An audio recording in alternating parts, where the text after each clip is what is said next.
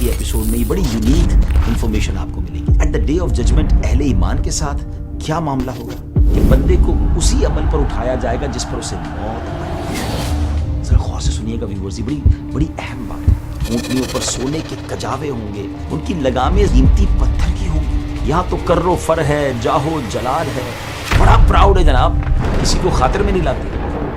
تکبر نہ کیجیے.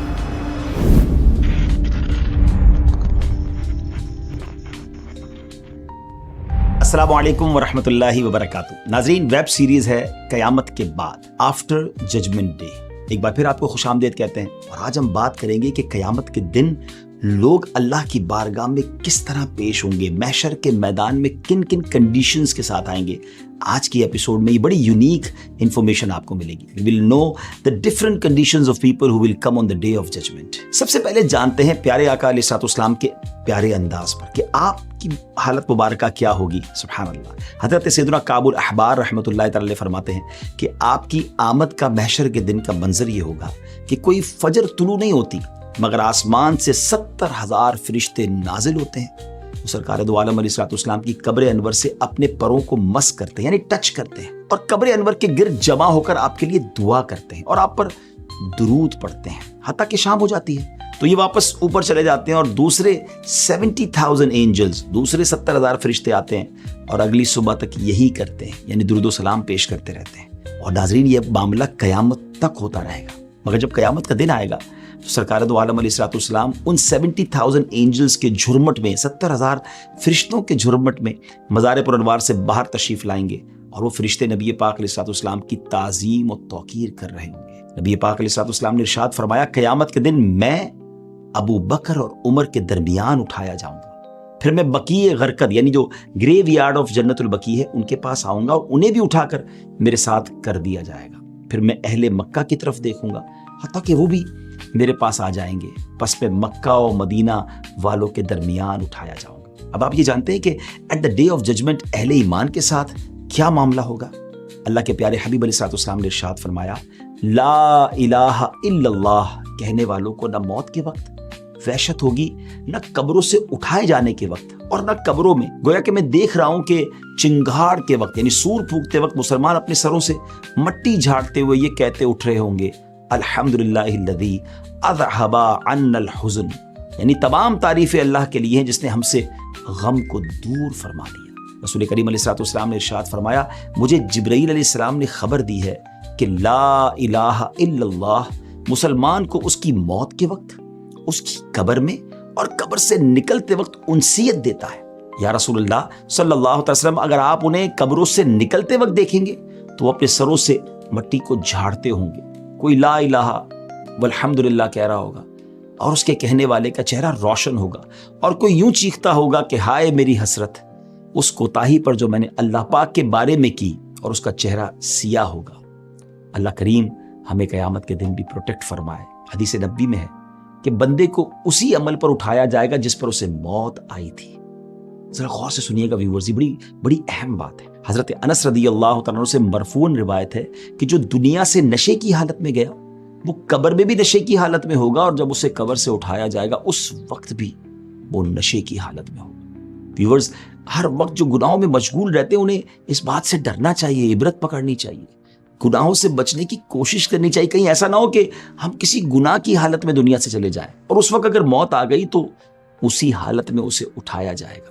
تو we have to think about it کہ ہم وہ کام چھوڑ دیں جس حالت میں مرنا نہیں چاہتے ہیں، کیونکہ اگر جس حالت میں مریں گے اسی حالت میں اٹھایا جائے گا. حضرت فضالہ بن عبید رضی اللہ تعالیٰ عنہ سے روایت ہے کہ آپ علیہ الصلوۃ والسلام نے ارشاد فرمایا، جو ان مراتب یعنی جہاد، حج یا کسی اور نیک کام میں کسی مرتبے پر مرے گا بروز قیامت اسی پر اٹھایا جائے گا. سرکار دو عالم علیہ الصلوۃ والسلام کا فرمان ہے، بے شک مؤذن اور تلبیہ یعنی لبیک پڑھنے والے بروز قیامت اپنی قبروں سے یوں اٹھیں گے کہ مؤذن اذان کہتا ہوگا اور تلبیہ کہنے والا تلبیہ پڑھتے ہوئے ہوگا. سبحان اللہ. اللہ کریم قرآن مجید میں ارشاد فرماتا ہے، ترجمہ کنز الایمان، جس دن ہم پرہیزگاروں کو رحمان کی طرف لے جائیں گے مہمان بنا کر، اور مجرموں کو جہنم کی طرف ہانکیں گے پیاسے. اسی طرح سورہ بنی اسرائیل میں ارشاد فرمایا، ٹرانسلیشن فرام کنز الایمان، اور ہم انہیں قیامت کے دن ان کے منہ کے بل اٹھائیں گے، اندھے اور گونگے اور بہرے ان کا ٹھکانہ جہنم ہے، جب کبھی بجھنے پر آئے گی ہم اسے اور بھڑکا دیں گے۔ امیر المومنین مولا علی شیر خدا کرم اللہ تعالی وجہ الکریم نے ان آیات مبارکہ کی تلاوت کر کے ارشاد فرمایا۔ اب ذرا انٹرپریٹیشن سنیے گا، اس کی وضاحت سنیے گا۔ فرماتے خدا کی قسم مہمانوں کا حشر نہ تو پیروں پر ہوگا اور نہ ہی انہیں ہانکا جائے گا، بلکہ ان کے لیے جنتی اونٹنیاں لائی جائیں گی جن کی مثل مخلوق نے نہ دیکھی ہوگی۔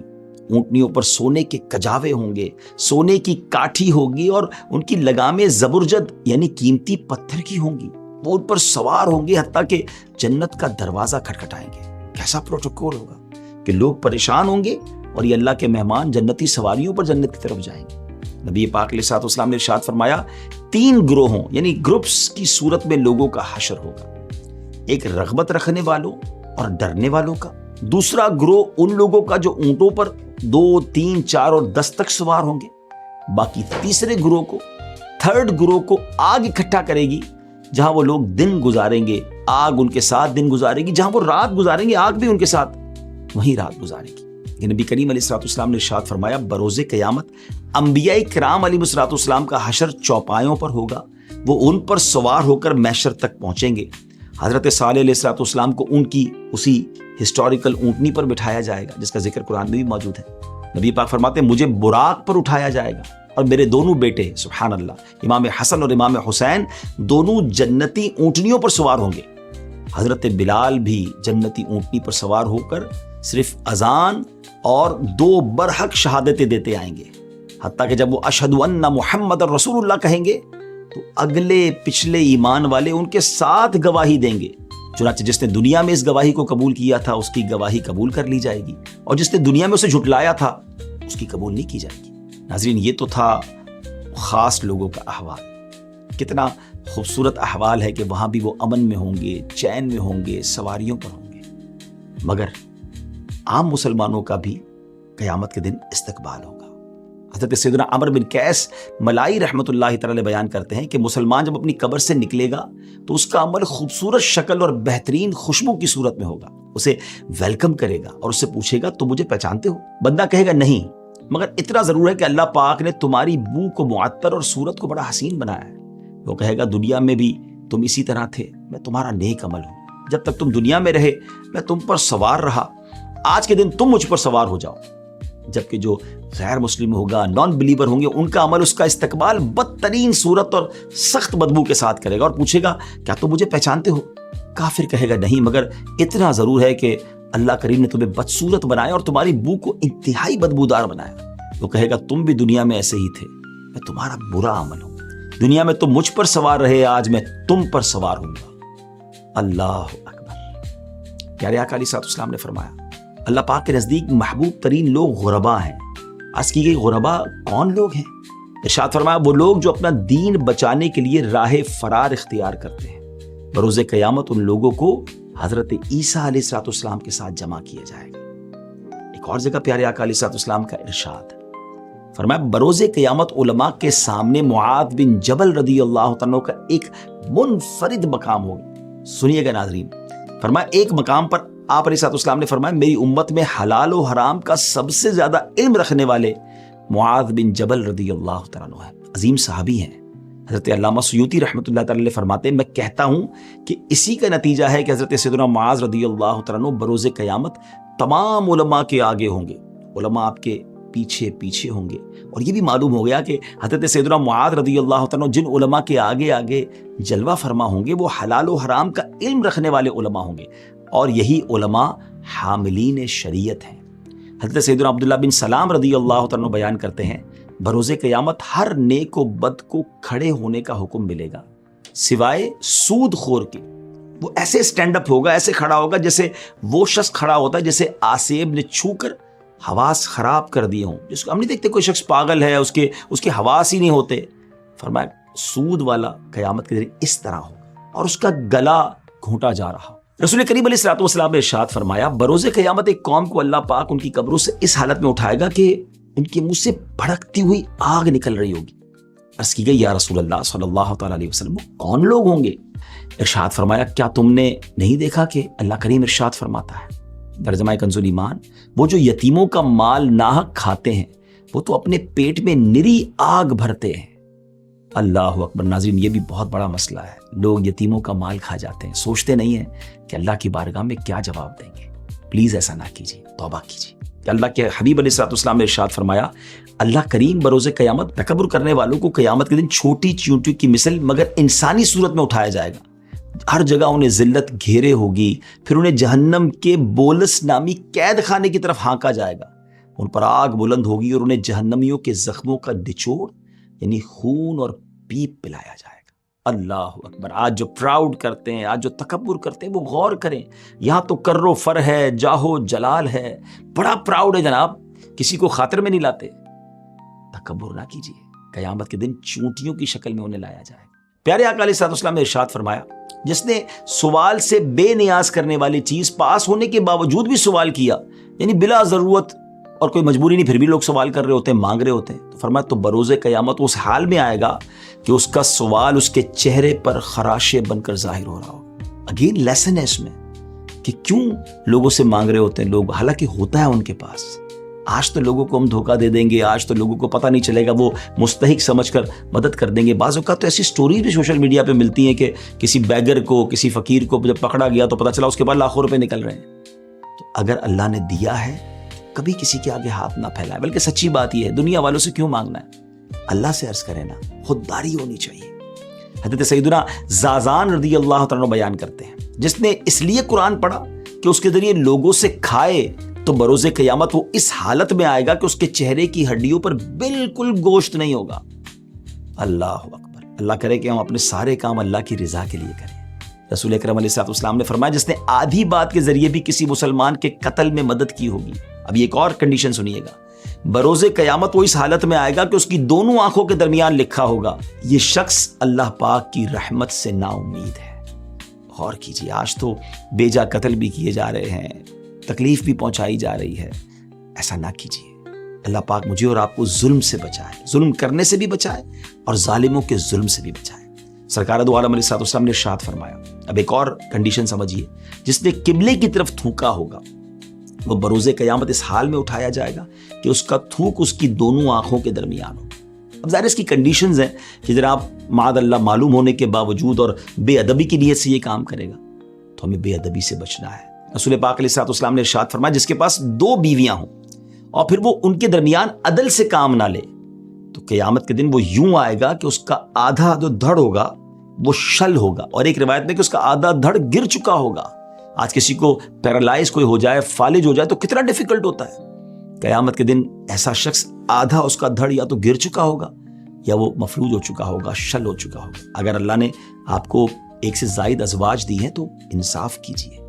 یہ میں جو آپ کو الگ الگ حدیثیں سنا رہا ہوں نا, تاکہ آپ کو کنڈیشنز پتہ چلیں. پہلے ہم نے اللہ کے محبوب لوگوں کا پروٹوکول سنا, ان پر کیسی نعمتیں ہوں گی, وہ کیسے سکون میں ہوں گے.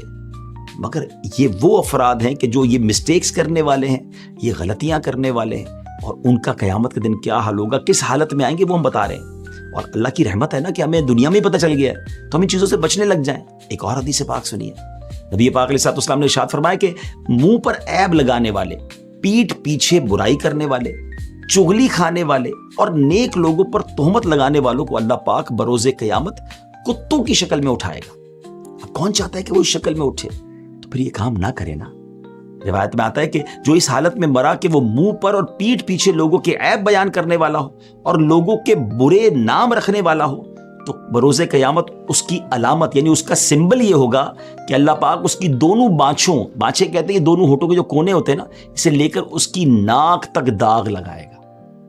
کیسے برداشت ہوں گی چیزیں؟ آج لوگ عیبوں کی تلاش میں رہتے ہیں, کسی طرح کسی کا عیب پتہ چل جائے تو جناب سوشل میڈیا پہ ڈال دیں, اسے وائرل کر دیں. حضرت سیدتنا عائشہ رضی اللہ تعالی عنہا بیان فرماتی ہیں کہ رسول اکرم علیہ الصلوۃ والسلام نے ارشاد فرمایا, جس نے کسی کی بالشت بھر زمین بھی ناحق لی ہوگی, بروز قیامت 7 زمینوں کا طوق بنا کر اس کے گلے میں ڈالا جائے گا. اللہ اکبر. آج تو زمینوں پہ قبضہ کیا جا رہا ہے اور لوگ بڑے کر و فر سے کہتے ہیں جو کرنا ہے کر لو, مجھ سے کوئی نہیں واپس لے سکتا. ٹھیک ہے جناب, آج آپ سے کوئی واپس نہیں لے سکتا, مگر کیا بروز قیامت اس پنشمنٹ کو برداشت کر سکیں گے؟ جس کا حق نکلتا ہے نا دنیا میں دے دیجئے, معافی مانگ لیجئے. اس دن ہم کچھ بھی برداشت نہیں کر سکیں گے. اللہ کرے کہ ایسے گناہوں سے پاک ہو کر اللہ کی رضا والے بن کر ہم قیامت کے دن جائیں کہ اللہ ہم سے راضی ہو جائے اور ہمیں اپنے مقبولین میں شامل فرما لے. اب آئیے ذرا اپنی ایپیسوڈ کو اینڈ کی طرف لیے چلتے ہیں کہ لاسٹ آپ کو روایت سناتا ہوں. نبی پاک علیہ الصلوۃ والسلام نے ارشاد فرمایا جو 10 لوگوں کا بھی امیر ہوگا بروز قیامت اللہ پاک اسے اس حالت میں اٹھائے گا کہ اس کے دونوں ہاتھ اس کی گردن کے ساتھ بندھے ہوئے ہوں گے. اگر وہ نیک ہوگا تو اس کی بندش کھول دی جائے گی, اور اگر وہ بدکار ہوگا تو اس بندش پر ایک اور بندش کا اضافہ کر دیا جائے گا. اب وہ لوگ جو صاحب اقتدار ہیں, وہ لوگ جو کنٹرول رکھتے ہیں, جو لوگوں کے امیر ہیں یا ہیڈ ہیں, انہیں سوچنا ہے کہ انصاف کرنا ہے, ورنہ ایسا نہ ہو کہ نا انصافی بائس ہو جاتے ہیں, اپنے پسند کے فیصلے کر رہے ہوتے ہیں. اگر اللہ نے موقع دیا ہے نا کسی کا لیڈر بننے کا, کسی کا نگران بننے کا, اقتدار دیا ہے, تو انصاف کرنا ہے, ورنہ قیامت کے دن یہ سزا برداشت نہیں ہوگی. ناظرین, دوسری ایپیسوڈ ہماری آلموسٹ کمپلیٹ ہوئی. اگلی ایپیسوڈ کو انشاءاللہ آپ نے دیکھنا ہے, کیونکہ اس میں ہم اچھے اور نیک اعمال کرنے والوں کے بارے میں سنیں کہ وہ کیسے اللہ کی بارگاہ میں آئیں گے, ان پر کیا کیا انعامات ہوں گی, کیا کیا نوازشوں کی بارش ہوگی, اور انشاءاللہ پھر بہت ساری معلومات کے ساتھ آپ کے ساتھ ملاقات ہوگی, اس دعا کے ساتھ کہ اللہ کریم محشر میں ہماری عزتوں کی حفاظت فرمائے, ہمیں پوری مخلوق کے سامنے رسوا ہونے سے بچائے, اور پیارے نبیوں اور اپنے مقبولین کے ساتھ ہمارا حشر فرمائے. آج بھی جو ہم نے گفتگو کی ہے, اگر اس کے ریفرنسز آپ جاننا چاہیں تو ڈسکرپشن میں آپ جا کر دیکھ سکتے ہیں. ہمارے چینل کو سبسکرائب کیجئے, لائک کر دیجئے, اگر آپ کو یہ ایپیسوڈ پسند آئی ہے تو اسے شیئر بھی کیجئے اچھی نیتوں کے ساتھ. انشاءاللہ یہ ایسی شیئرنگ ہے جو انشاءاللہ آپ کے لیے ثواب کا بھی باعث بنے گی.